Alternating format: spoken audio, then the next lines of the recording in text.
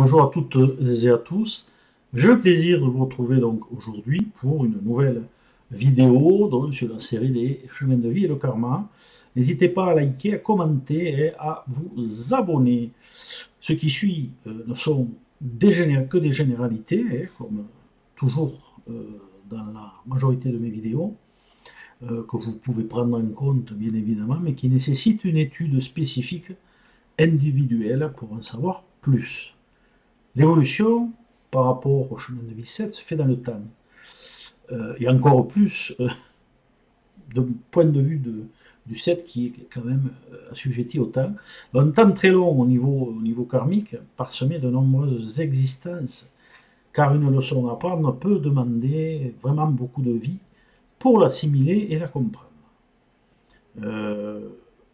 Il est donc logique que de nombreuses incarnations soit nécessaire, car nous avons en principe plusieurs leçons à apprendre, représentées par les 9 domaines numérologiques de 1 à 9. Il faut savoir qu'il n'y a pas de régression dans l'évolution de la roue karmique et que nous évoluons plus ou moins suivant ce que nous sommes. Des centaines, voire des milliers de vies seront parfois nécessaires pour cela. Pour le voyageur ou le marcheur qui se trouve sur une route ou un chemin de vie à valeur 7, cela indique la 7e étape initiatique au sein du 3e ternaire d'évolution karmique. En effet, votre chemin de vie antérieur était donc un chemin de vie 6. Le chemin de vie 7 démarre donc le 3e ternaire initiatique. Je rappelle ce que sont les ternaires. 1, 2, 3, premier ternaire, 4, 5, 6, deuxième ternaire, et 7, 8, 9, le 3e.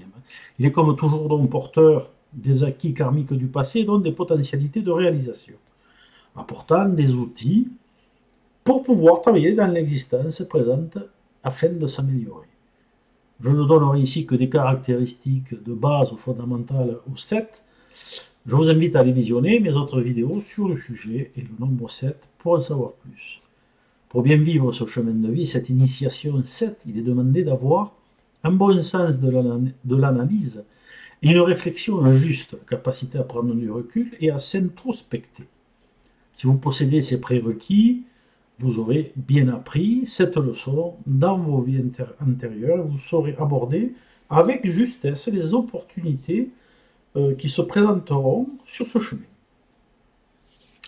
Dans le cas d'un déséquilibre au niveau de l'énergie du 7, en trop ou en insuffisance, vous devrez faire des efforts supplémentaires pour équilibrer cette énergie, car votre travail antérieur aura été très certainement insuffisant. S'il y a un manque total de 7 dans votre thème, en insuffisance ou en excès, cela pose toujours des problèmes au niveau du potentiel de cette énergie, au niveau de manque de compréhension de votre moi profond. L'insuffisance ou la surabondance indique toujours un déséquilibre énergétique. Il faut évidemment toujours nuancer cela avec les autres paramètres ou vibrations de votre thème natal.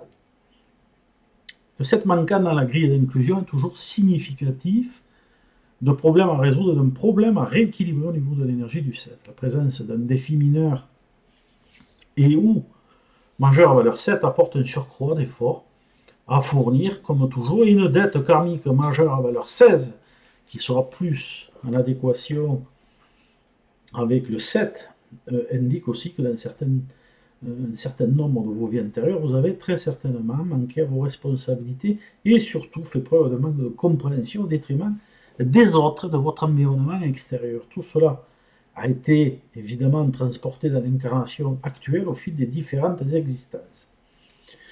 Car le problème n'a pas été réglé ou en partie seulement.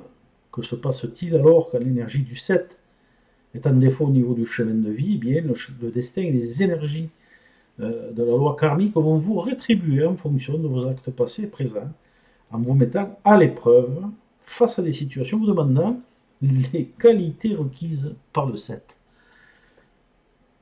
Pour les personnes ayant ce potentiel équilibré, ça ne posera pas trop de problèmes, ou très peu. Pour les autres, ce sera en fonction des différents aspects de leur thème.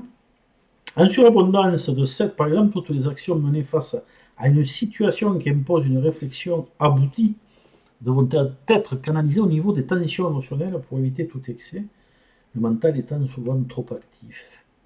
Pour celles et ceux qui ont du mal à canaliser leur mental et qui n'arrivent pas à y faire face, alors le destin vous demandera de bien étudier toutes les options disponibles de faire face aux nombreux imprévus qui pourraient survenir.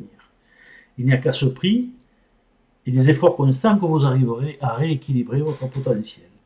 Et donc vos énergies karmiques, ce qui atténuera considérablement les effets négatifs et permettra dans certains cas d'annuler le karma.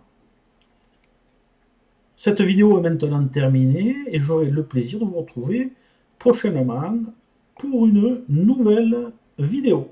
Salut!